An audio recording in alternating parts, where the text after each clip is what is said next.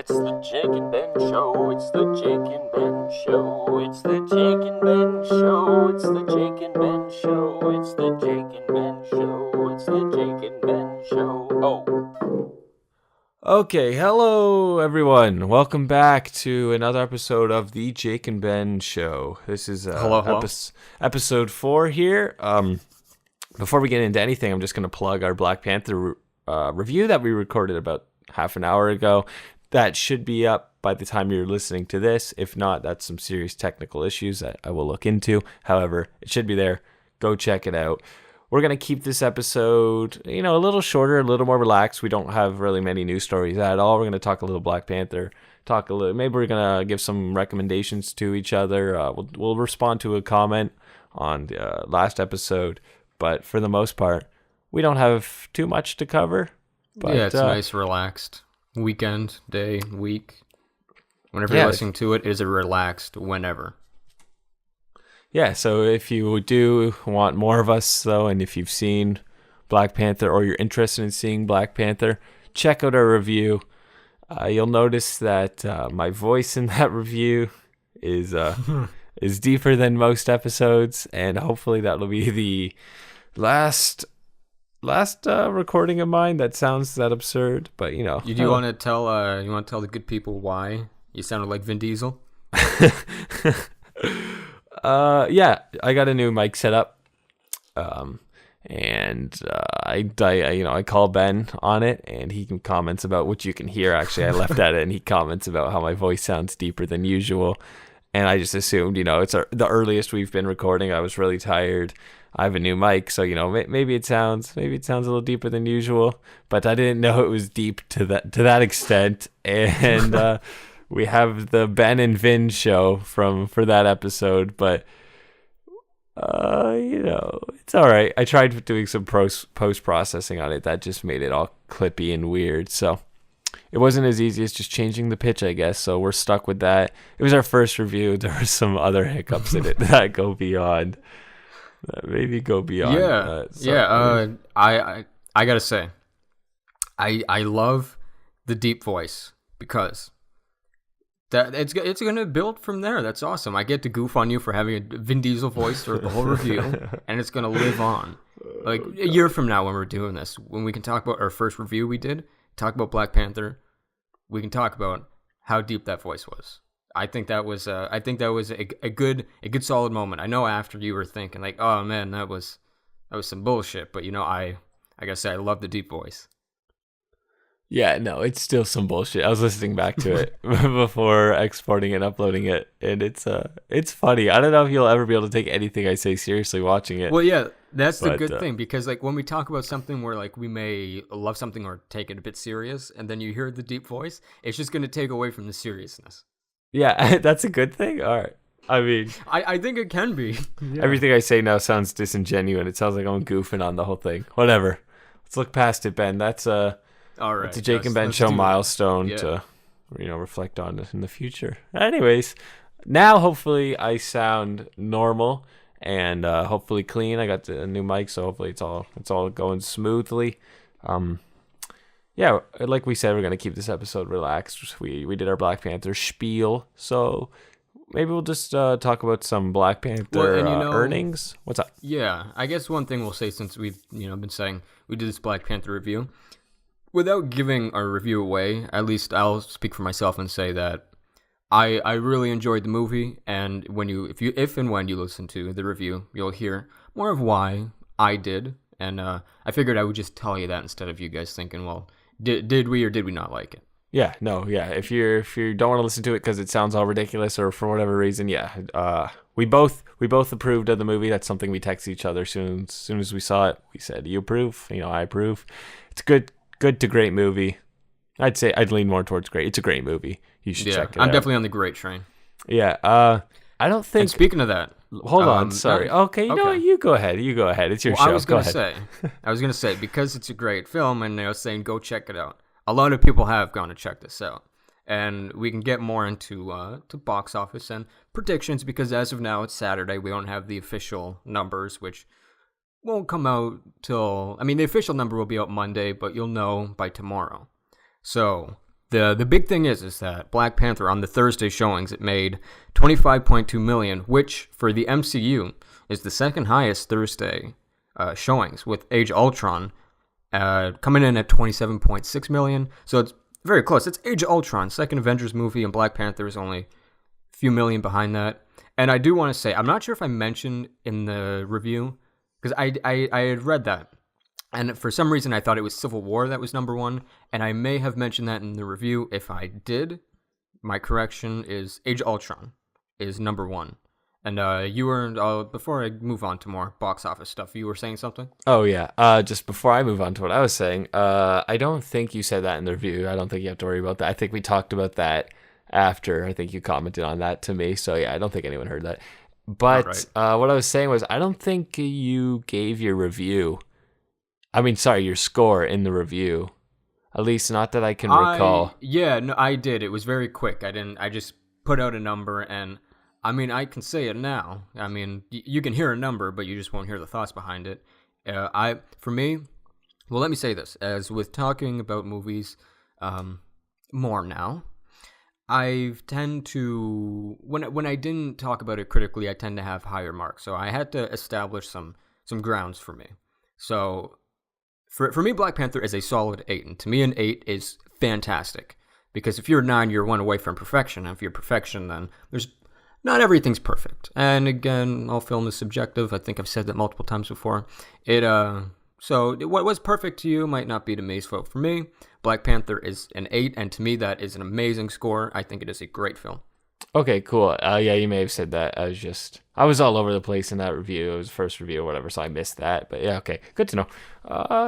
Yeah, 8's to me 8 is great. If it's 8, it's great. If it's a 9, it's amazing. If it's 10, it's perfect.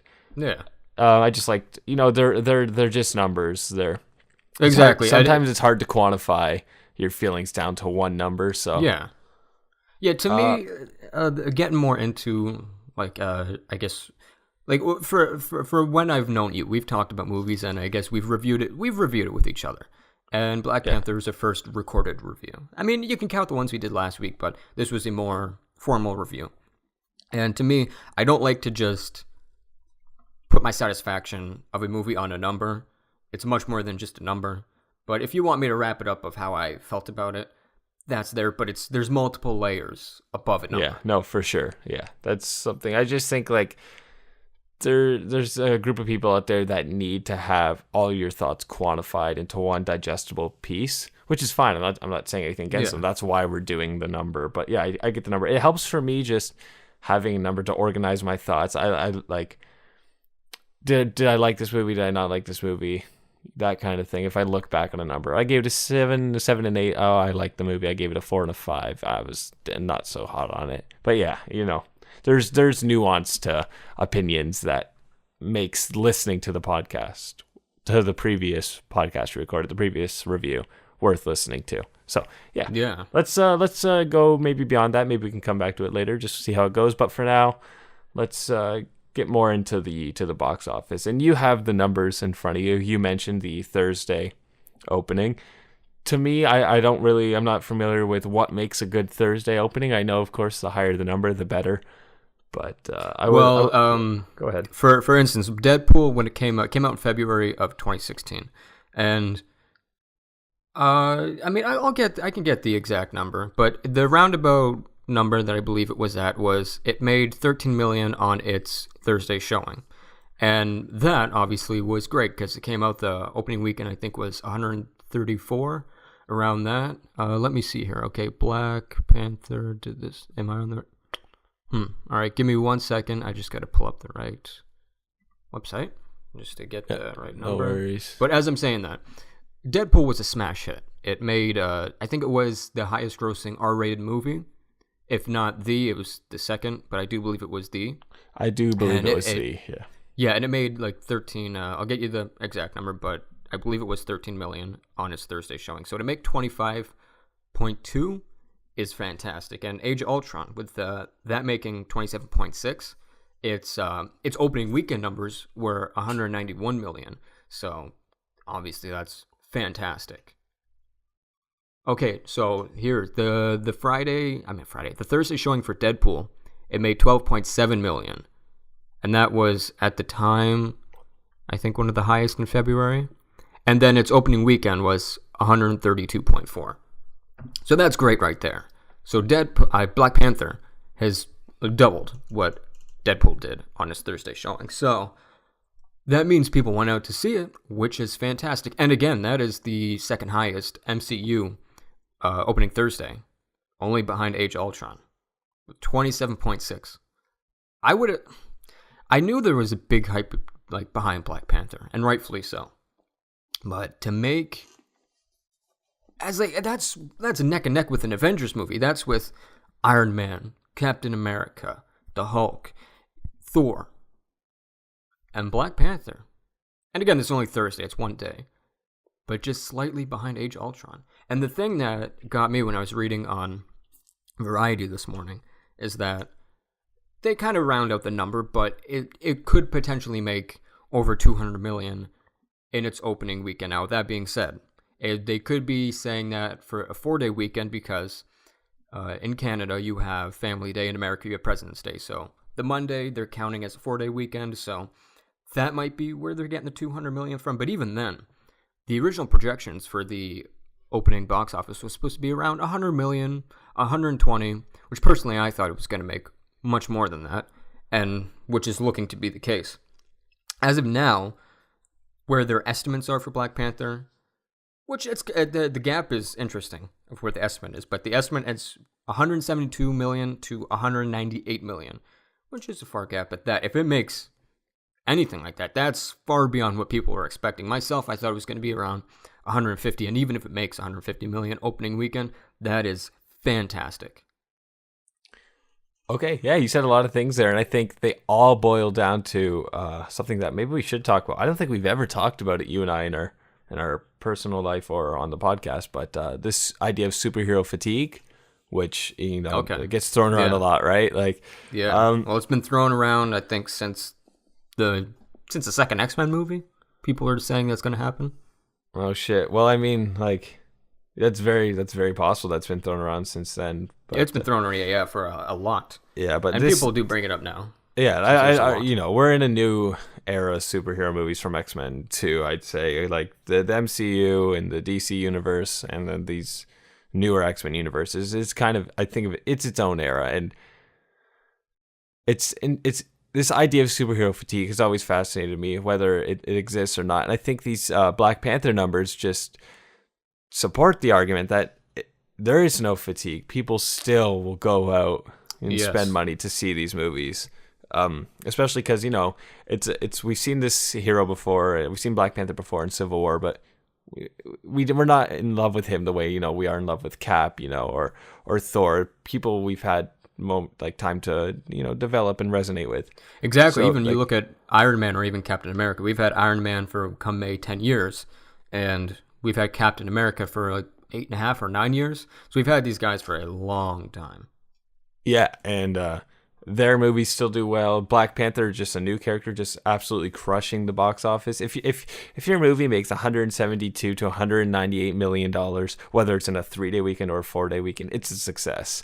If your movie makes 100 million, most of the time that's a success. Yeah, no, definitely. So to make for sure. 172 to 190 something, that is a beyond success. Especially for it being a solo movie. It's not an Avengers movie. It's not. Civil War was obviously Captain America's movie, but that was like Avengers 2.0. Avengers 2.5, more 2.5, yeah. 2 point whatever, yeah. Avengers Light, whatever you want to call it. Yeah, I believe Avengers 2.0 was Age of Ultron. Anyways. See, Avengers Age of Ultron, that's the 2. Which maybe, it's... Yeah, 2.0 and whatever. 2, I believe, are the same number. It's the same thing, but you know what? Let's just, for me not to look like as much of an idiot, we'll say it's 2 different things, even though I think that supports me as an idiot. That's all right. Not, but you know what? I feel like I've had my share of looking like an idiot on this podcast, and maybe you can take some of that. I'll take some of it now. Yeah, okay, back to us jerking off Black Panther. Yeah, definitely... Great movie, great financial success, a great critical success. It was great. I mean, like, it's what you expect from these MCU movies. They're all always above average to good to great, and they always make a lot of money. This is just riding that train, but making even more money. It's critically than what people acclaimed. expected. Than people expected. Yeah. I'm happy with it. Yeah. Yeah, to comment on superhero fatigue, I might go into an area which I go into a lot, where I like to... It sounds as if I contradict myself, but first let me start off with saying superhero fatigue, I think, is... I don't want to say it's a ridiculous thing to ask. You can ask the question. But I just feel, and this is where it may sound a bit off, is that I feel like if you do make a great movie, people will come out to see it. And with that being said, there have been some great movies that people haven't gone out to see. But I think for the majority of the time, if you make a great movie that people want to see, then they'll be there. And if you make a bad one, they won't be there. I look at a movie like Justice League, which is one that I enjoyed it for what it was, but there were still a lot of people that did not like it. And it did not make a lot of money. Like for any film, it would have made a lot of money, but for a Justice League movie, I think it settled around 700 million or 600 million. And you say that number, you're like, wow, that's fantastic. But for a Justice League movie, I think it was the lowest out of the DC universe. And, that movie should have made a lot more. And considering it went to reshoots, it barely broke even because it had a lot of reshoots and a lot of issues with it. So I look at that movie, and with the DC universe, even though I liked the majority of the films, it was divisive. And people they didn't want to show up, so they didn't. You look at a movie like Black Panther, and you have the excitement behind it, but then you get the word of mouth. And even the majority of people do like the MCU, so you already have that going for you. Then you get the word of mouth, and then you finally see the reviews, and people are loving it. And then the Thursday showings come. People come out of that, like you and me, and we really like it. And then you tell other people, you should go check this out, and they do.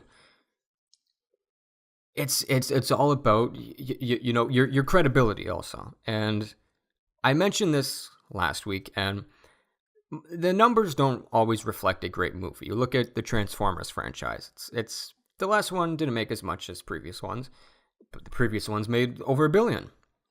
And some people like it, but most people I would say don't. So money doesn't always tell a story of it being great or good. However, when you look at last year and you look at a movie like Logan, made the most out of the Wolverine trilogy, if you want to even call it a trilogy. You had Guardians of the Galaxy 2, which I do believe made more than the first one. Then you have Spider-Man Homecoming, which was on its third reboot. And I'm not sure where it falls in the box office. Maybe you could look that up while I talk, but I do believe it was one of the highest Spider-Man movies. It definitely it is the highest. And I think I think it was the highest grossing movie. It was the highest grossing comic book movie of last year. I know that for sure. Yeah, it's the highest grossing Spider-Man movie. I'm 99% sure. And if that's the case, you're on your third reboot. And the previous one, most people didn't like. And I enjoyed the first Amazing Spider-Man, but even then, a lot of people didn't. And you're coming off of Spider-Man 3, which, let's not talk about that. So when Spider-Man 2 came out, 2004, you're past 10 years of a great Spider-Man movie. So for the third reboot to come out and, like you're saying, could be the highest grossing Spider-Man movie, and was for 2017, a comic book movie, you're trending up. You're not going down. Then you look at Thor Ragnarok. That one made more than the first two Thor movies. So we're looking at a trend up, not down. So to me, to say comic book fatigue is like setting in, I don't see it, because if that was the case, people would not be going out to see these movies. You would be going down in the numbers, not up. The only one of last year that went down was Justice League. And even I forgot to mention Wonder Woman. Wonder Woman, I think, is the highest grossing first standalone superhero movie, I believe. And look at that. Look at that. If you make a good product, most of the time people will show up. And especially if it is a big blockbuster movie, people will show up. And if it's good, they're going to go multiple times. So when I look at the way the numbers are going up and not down, I don't see comic book fatigue. And 20 years from now, maybe 20 years from now that's the case. But I think as of now, we're going up, we're not going down. And even when we have times that we go down, I think it's like any genre. It's like horror. Is there horror fatigue? I mean, I don't think so. You make a good horror film, people will show up. If you make a shit one, they won't. And sometimes they do. They do show up when you make a shit one. Action films. okay. Action films have been something. And again, with that being said, there have been great movies and people don't show up. I don't, as of now, I don't see comic book fatigue being a thing. Maybe you have a different take on it.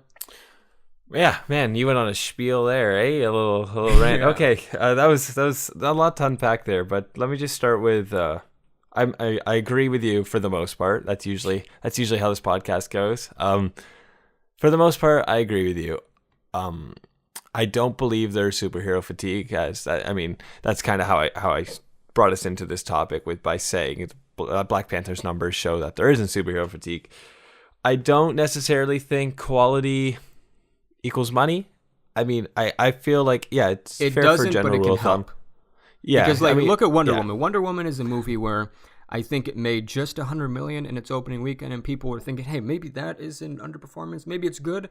But because it was a good movie and there was the word of mouth, people kept going back and going back. So you can make a shit movie, make a lot of money in your first 2 weeks, but if you make a good movie and make some money in the first 2 weeks, you'll have people going back to make money within the second month you're out.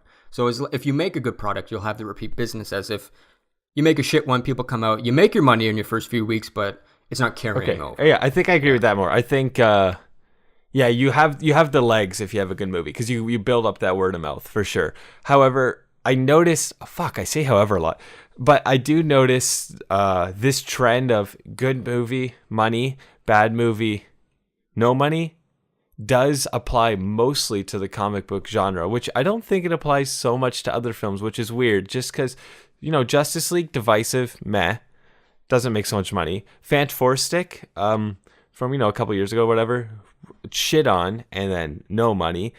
And, and then, of course, you get all your praised movies that do get money, like, of course, Black Panther, Wonder Woman 2 that you've mentioned, and then, Civil War or whatever. The DC movies have been, critically, underwhelming, maybe. Yeah. And there is that downward trajectory in their films. So it's interesting how superhero movies do follow this pattern more so than I think other films. Because I think like a lot of, maybe some indie films that are, they don't make, they might be amazing best movies of the year. They don't make that money. And, then there's bad other films, Transformers films or just, bigger movies that do make more money. It's interesting that the superhero genre tends to follow that rule more than other films.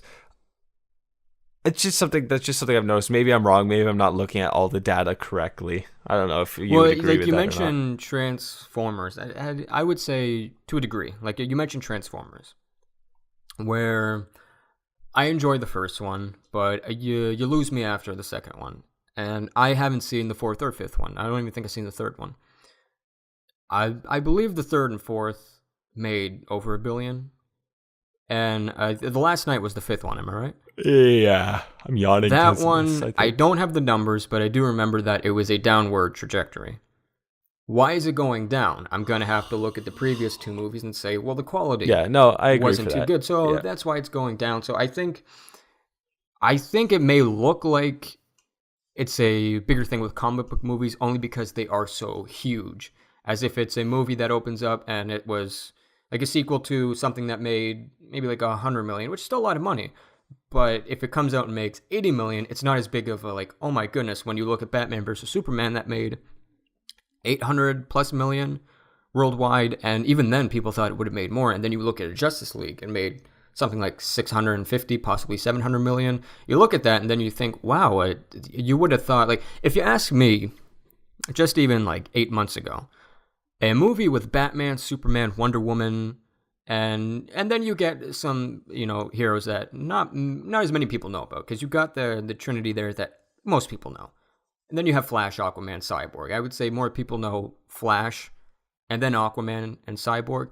But even you got a movie like that, to Black Panther, to a movie with Black Panther.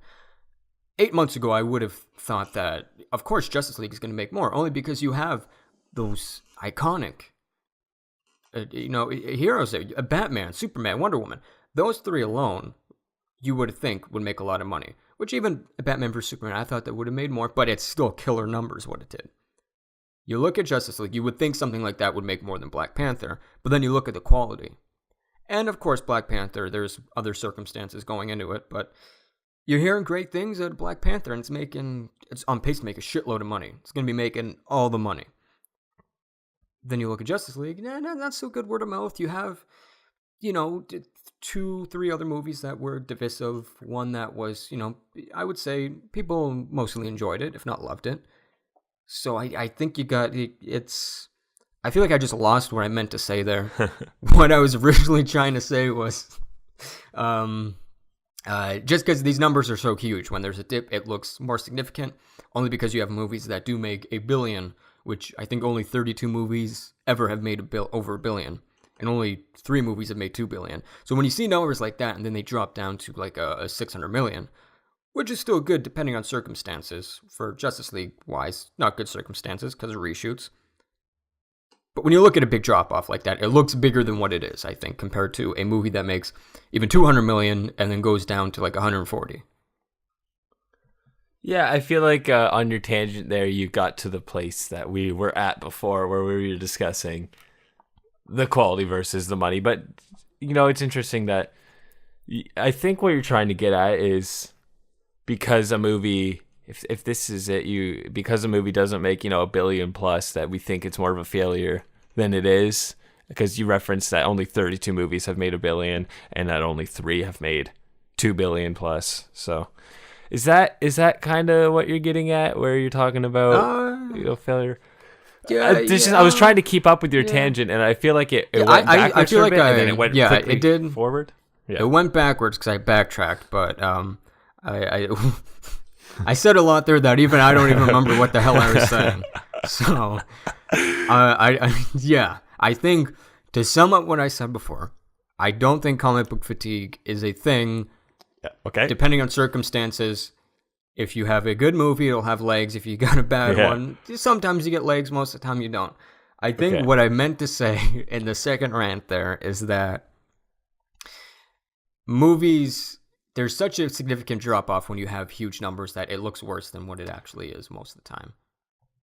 I see. So are you saying are you saying significant drop-off from movie to movie? So like DC movie to the next DC movie, or opening weekend to the second weekend? No, like over worldwide numbers. Like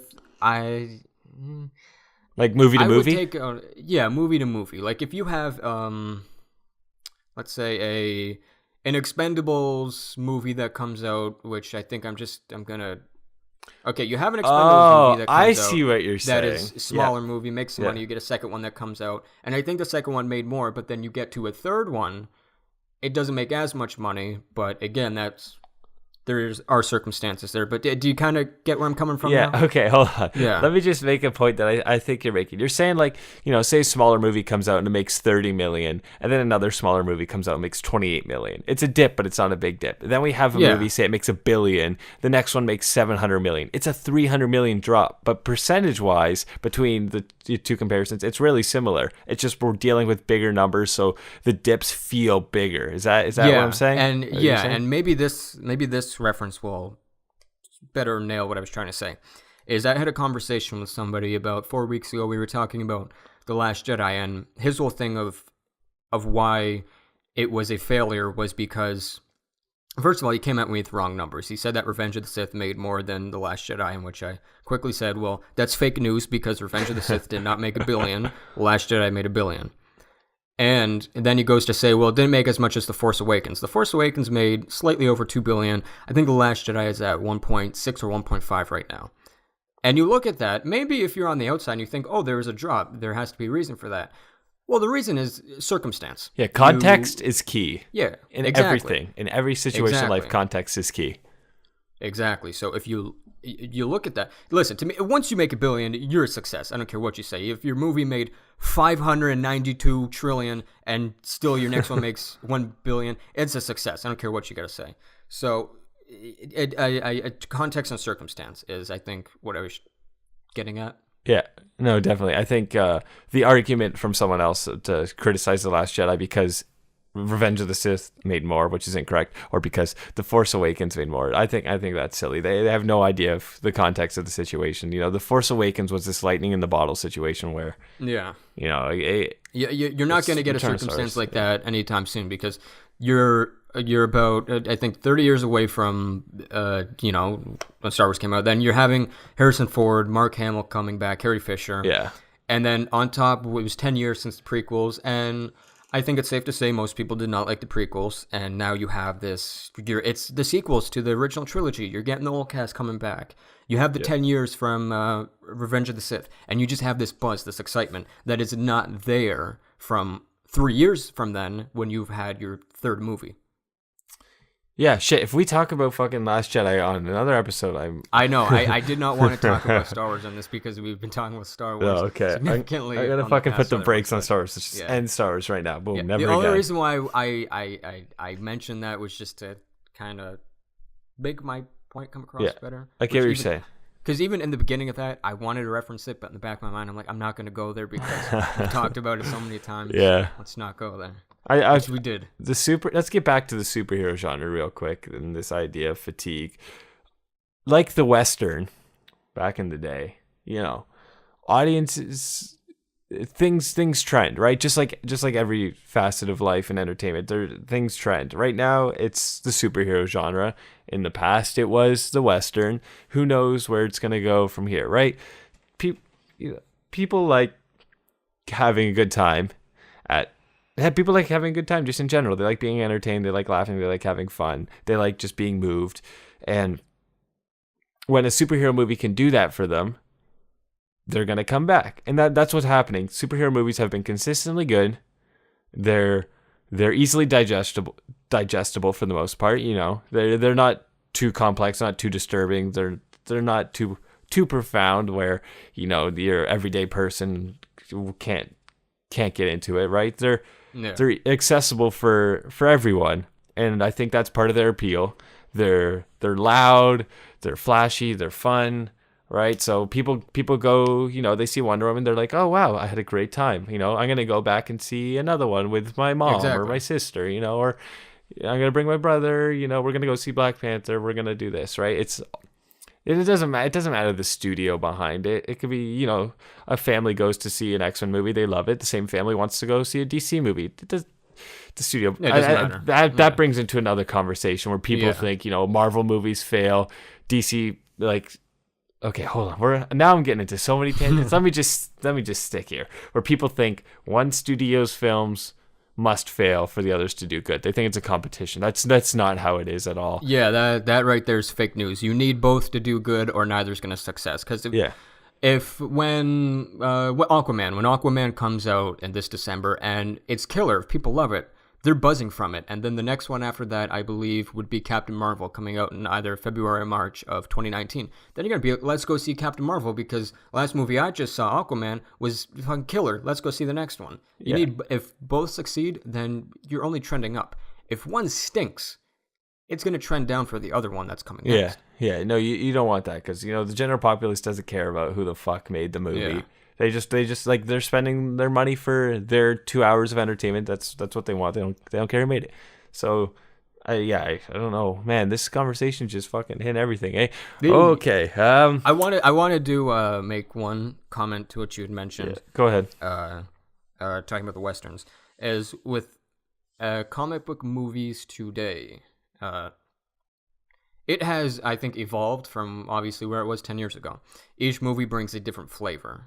And even now representation, it brings different representation. You have a movie like Logan, came out March of last year.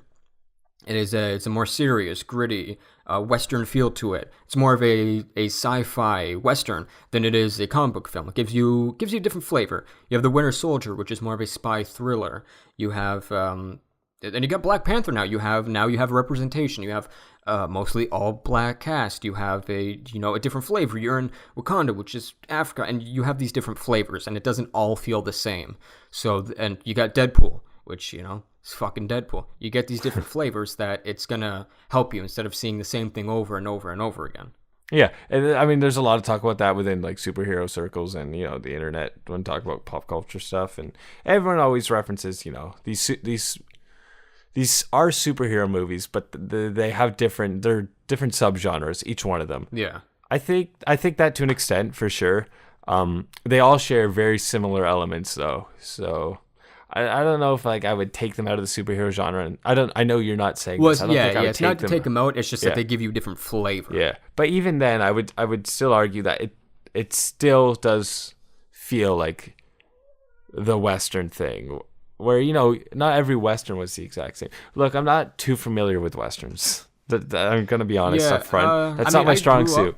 I grew up watching Westerns, and the thing with Westerns is great movies. Well, depending on which ones you watch.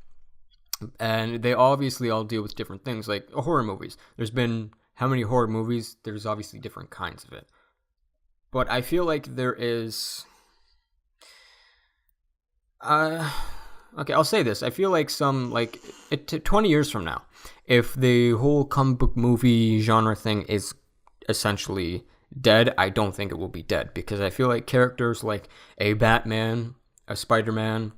And even now, with this age of comic book movies, there's been lesser characters to come to light. But like a guy like Batman, I think is going to live on for a long time. It's beyond the whole comic book genre.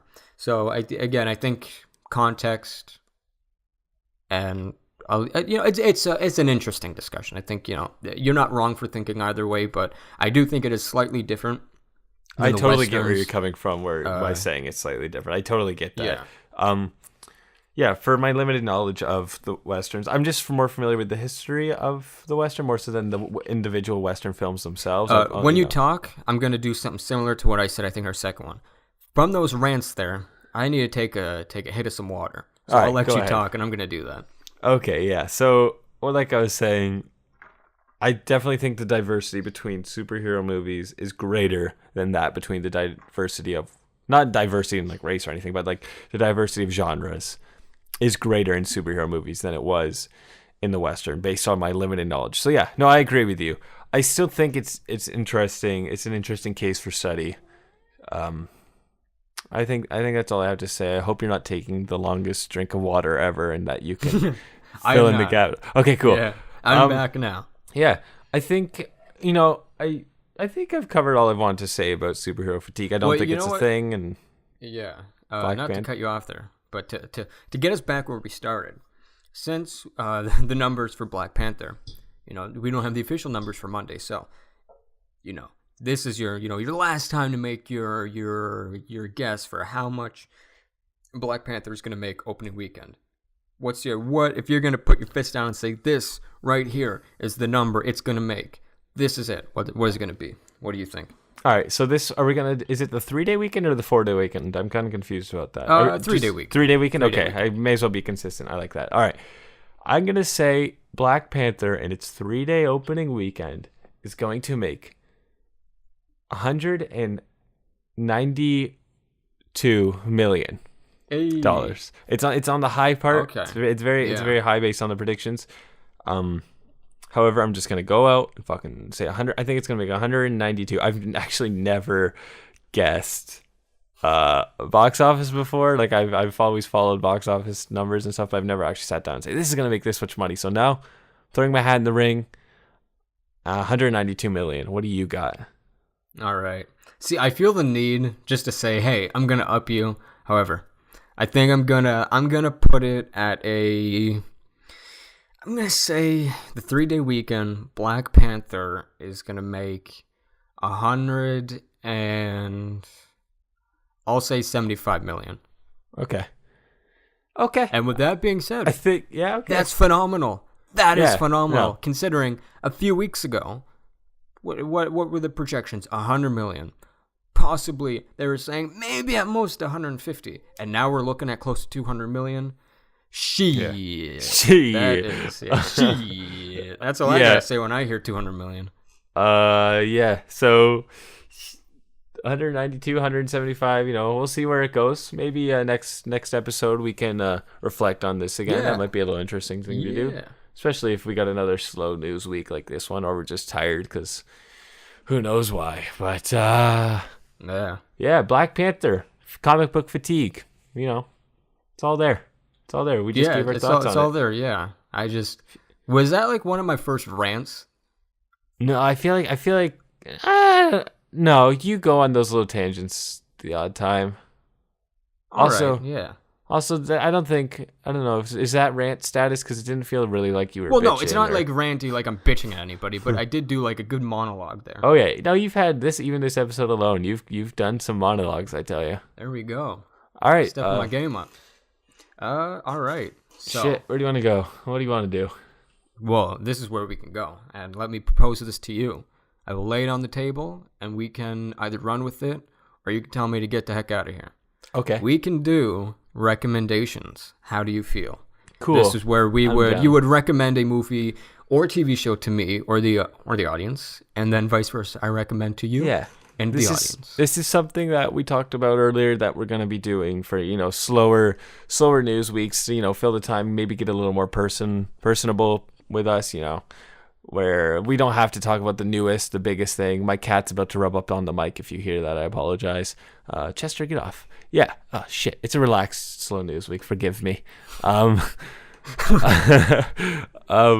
yeah, so this is something that we're going to do to fill the time, get to know what we're into a little more. So for slower news weeks, yeah, I'm just going to stop because I feel like I've said the same thing 4 times in a row. All right. So you can ahead? either take it off or I can take it off. You take it off. You take it off. All right. I'll say this. I have two recommendations. Because of that, I'll keep it short and sweet. One is a movie. One is a television series. Both are on Netflix. And the first one I will mention. It was one I was meaning to mention, but when you brought up the possibility of us doing this, I was like, you know what? I'll save it for when we do this. And it's a movie called A Fruitile and Stupid Gesture. Oh, man, I just watched that a couple days ago. Okay. Perfect. Now, okay, I'll say this. I'll say this before I'll let you run with it. Is that growing up, I knew of full National Lampoon magazines, but I knew more of the movies, and specifically of one of the creators of National Lampoon, Doug Kenny, who wrote Animal House and Caddyshack.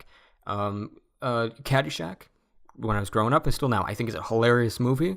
I love Dangerfield, Chevy Chase. I love that movie. I know some people are like, that's a shit movie. I think it's a fantastic movie. Love Animal House. And I didn't know as much about Doug Kenny or, things going on. And it was nice to learn more about him as a person and National Lampoon, how that came about. And I know I think last week and a few weeks ago I was talking about Netflix movies and how there hasn't been any like great ones. And I'll say this about A Fruitile and Stupid Gesture. I don't think it is a great film, but I think it is a solid film. I think it hits you with the funny when it comes time to dramatic moments. They're there, but sometimes it goes a bit too into the funny, so it can take away. But I do think it is a heartwarming story, especially for people who are a fan of the National Lampoon magazine and even Animal House, Caddyshack. If you're a fan of any of that, I think this is a movie that you want to check out, and it's a solid movie. And it's not too long. It's an hour and 40. There's a lot of familiar faces you'll see in there, and I would highly recommend this. You're at home, it's late, or you're with some friends, you're like, hey, we don't want to go to the movies, we want to pop on Netflix. You watch A Fruitile and Stupid Gesture. Okay, yeah, that's interesting that you mentioned this. This isn't the movie I was bringing to the table, but yeah, I'd love to talk about it. I actually have a different perspective than you because I haven't seen Caddyshack. I watched Animal House when I was way too young. And I had no idea about the magazine itself. I was just recommended this from my dad, and I watched it on Netflix per his recommendation because I'm a big fan of the director, David Wayne, who directed my favorite comedy of all time, Role Models, is actually my favorite comedy. Yeah, so I think that's an underrated comedy there. But so for that reason, my dad's recommendation, saw the director, I thought I'd check it out. And you can appreciate this movie regardless of having seen their other works. Yeah, I'm curious to see how you take it without as much as not being as into National Lampoon and only seeing Animal House and not Caddyshack. I'm curious to hear your perspective on it. It works as its own movie without any nostalgia or any of that stuff attached to it. I like movies about people creating things. You know what I mean? Like this movie is films and a magazine. You know, they build it from the ground up, and that shit like really excites me. I love that, and it works for that way. And it's also quite funny and surprisingly touching, especially not to spoil anything, but it's the ending, even the final shot. Just like I didn't know the true story, so when this movie takes a turn at the end, just out of nowhere, it was shocking to me, and it works. This movie works regardless. Yeah, like I was saying, regardless of your history with these people and these films, it's definitely there, and it's really self-aware and meta. It makes a lot of jokes about they know they're a movie. There's comments about how like, these people, they don't really look like the people they're playing, and they make jokes about all the other things that have been changed, and I love that shit. I think, it's a great movie, regardless of your history with the source material or these people or anything. So that's a good one to mention. I gotta say, I am when people like a movie or don't like a movie that I like, it doesn't impact me, but it is nice to be able to talk to people that do like the same thing. Like I say, it's nice to hear that you like the movie. Yeah, I mean, for sure. It's yeah. So and again, if anybody listening, you haven't seen it, highly recommend it. My if you want me to jump into my recommendation, let's hear it. I was just laying in bed the other night and scrolling through Netflix, which I do the odd time, and sometimes I'll put on a movie I've seen before, and I'll go on my phone, and I'll text people, or I'll scroll through Twitter, and I'll passively watch a movie. That's what I do sometimes. But the other night I was just laying in bed and stumbled on a film that I wasn't gonna go on my phone during. I legitimately wanted to watch, and I hadn't seen before. It's from 2002, and it may be a controversial pick because it's a political documentary. Not about politics in whole, but specifically about gun control, and it's called Bowling for Columbine by Michael Moore. I feel like it's still a relevant. It was made in 2002. It's still very relevant today, sadly, but it is a great documentary. I'm trying to get more into documentaries. It's also a blind spot of mine, and I love them for the most part. Then again, I've only seen a handful, but I love documentaries.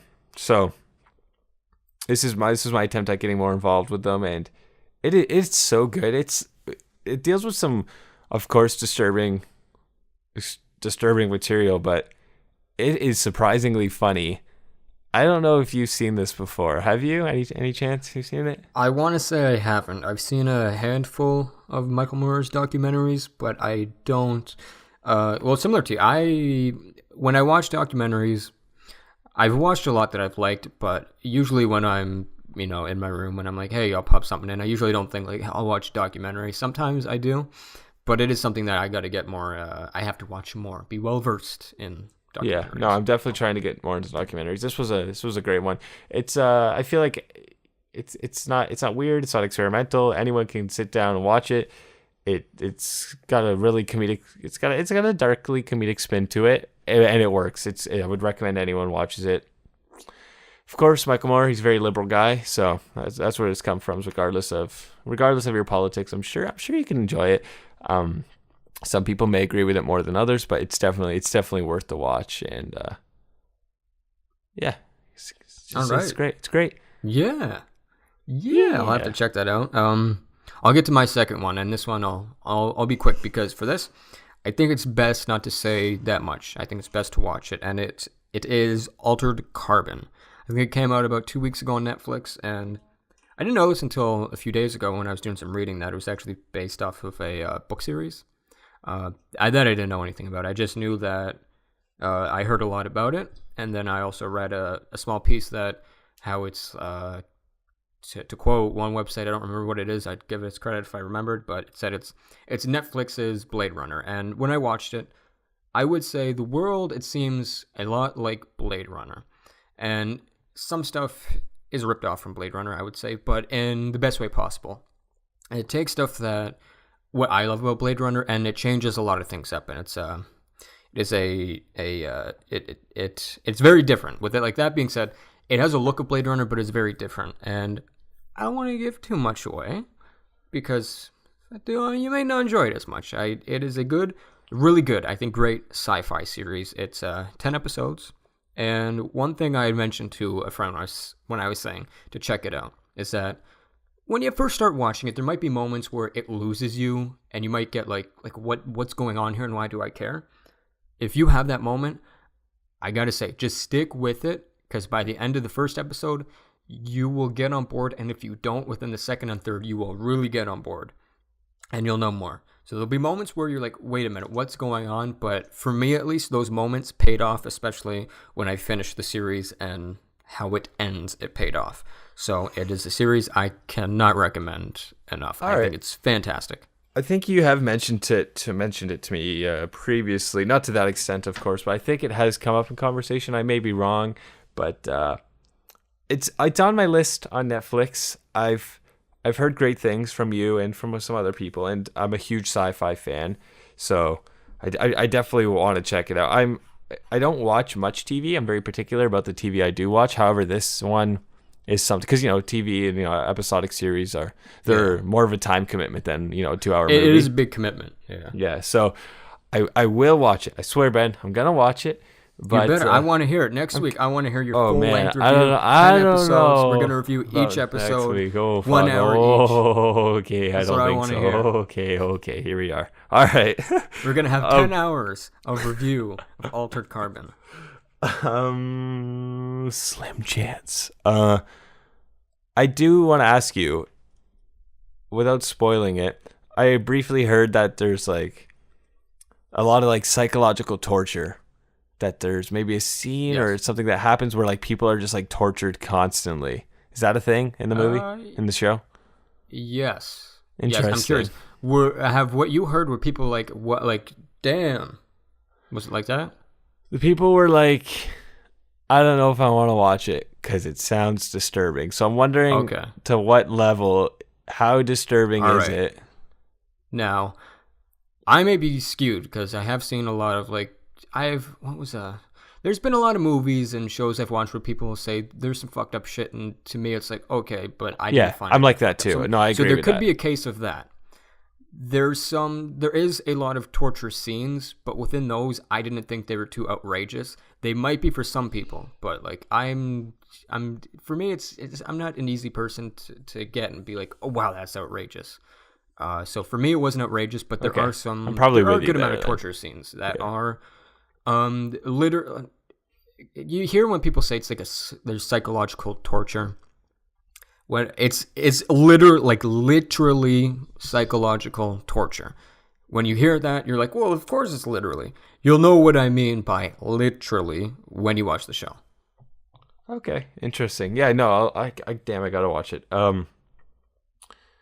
Yeah, I'm curious to see it. Sci-fi, it's a great genre, the best genre, in my humble opinion. But that's I think all for our recommendations. Yeah. Unless you wanted to make another comment. About anything. No, I don't think so. I think Altered Carbon is something that, like, for me, I'm glad I didn't hear that much about it or even know that it was a book series before watching it. I could just go into it, and even it's a show.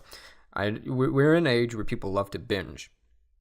And I did that to an extent for Altered Carbon, but I took my time. I did about 1 episode a day, sometimes 2 episodes a day. When I got down to the last 3, I watched the 3 in 1 day, but it's a nice show to take your time, I think. Okay, cool. You can watch them all 10 in 1 day and still get satisfaction, but it's nice. That's a little ridiculous. Especially when you get to the ending. All right. Yeah.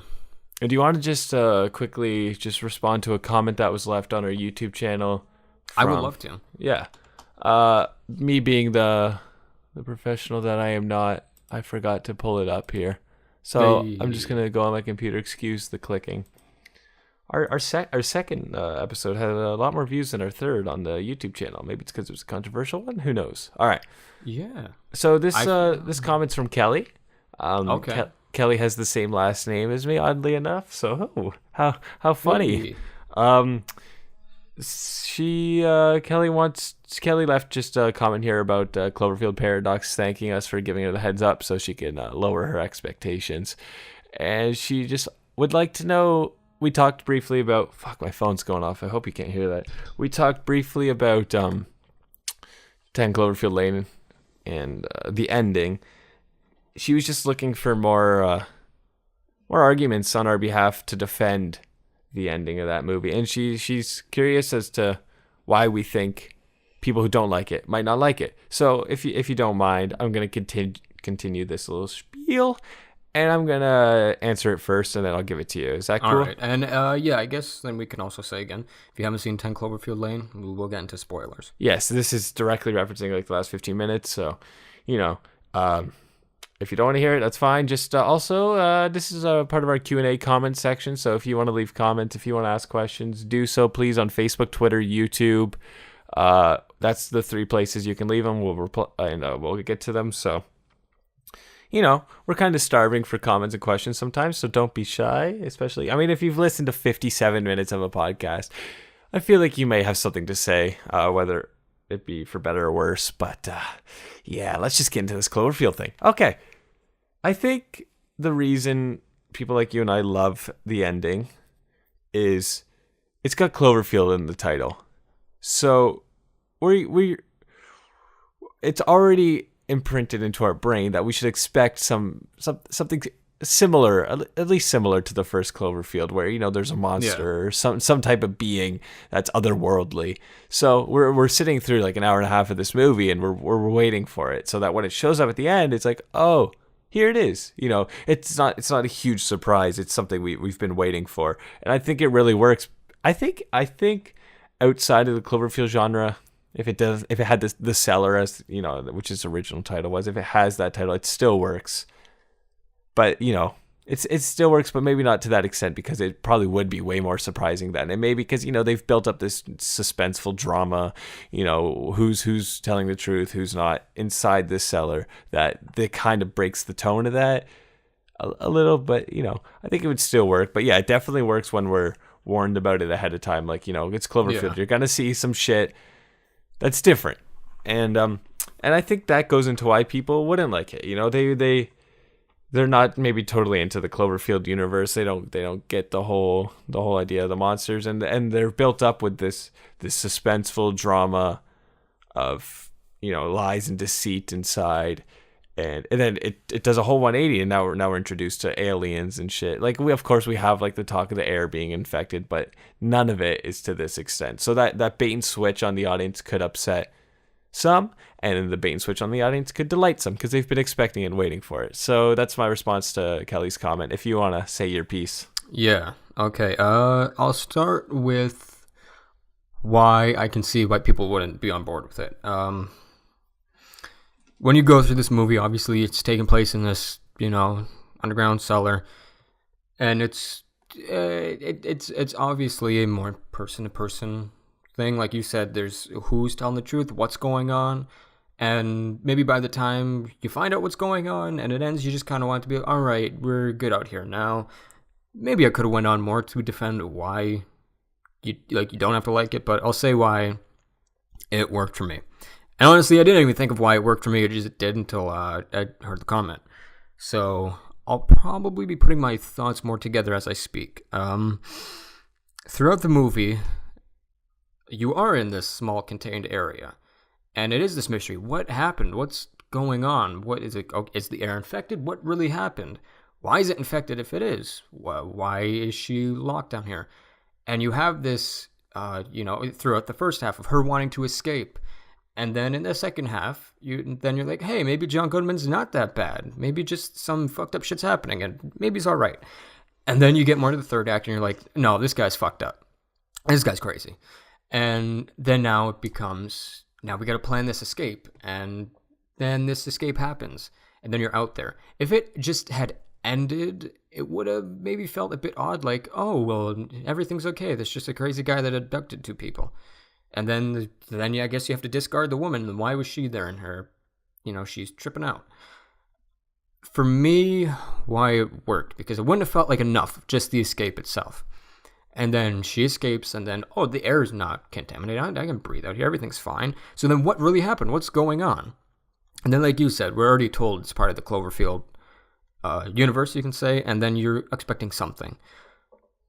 So for me, it was, I want to say, yeah, it was a bit more satisfying because you just get this personal story between 3 characters. Well, I won't say 4 because it was, or even 5 if you want to count okay, we'll say 5 if you want to count the phone call and then the woman who comes trying to get in. So we can say 5. So it's a small story within this small little, underground, hideout,